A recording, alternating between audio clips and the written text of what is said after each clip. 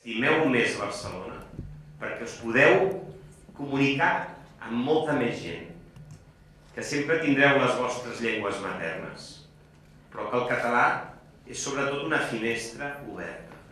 És una finestra que us obre a poder connectar, però no només comunicar-se, sinó connectar amb molta gent.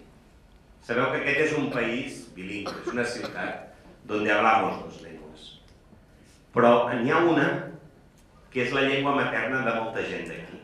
No tingueu cap vergonya de parlar en català, amb l'accent que sigui, perquè heu de saber que la gent d'aquí no sabeu el que valora el fet que algú fa el pas de parlar el català i que ho interpreten com un acte d'aposta per estar aquí, per conviure.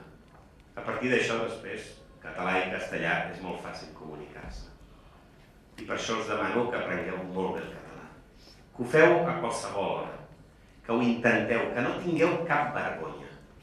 Que si algú diu, si alguna vegada alguien se burla, me lo dices a mí.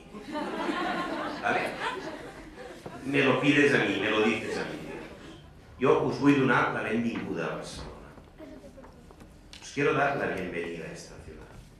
Y sé que ahora es muy pronto, pero algún día lo entenderéis. Recordad que un día el alcalde de esta ciudad os pidió que seáis protagonistas de esta ciudad, que no os la miréis como una realidad que pasa en vuestro entorno, pero sobre la que vosotros no tenéis nada ni que decir ni que hacer.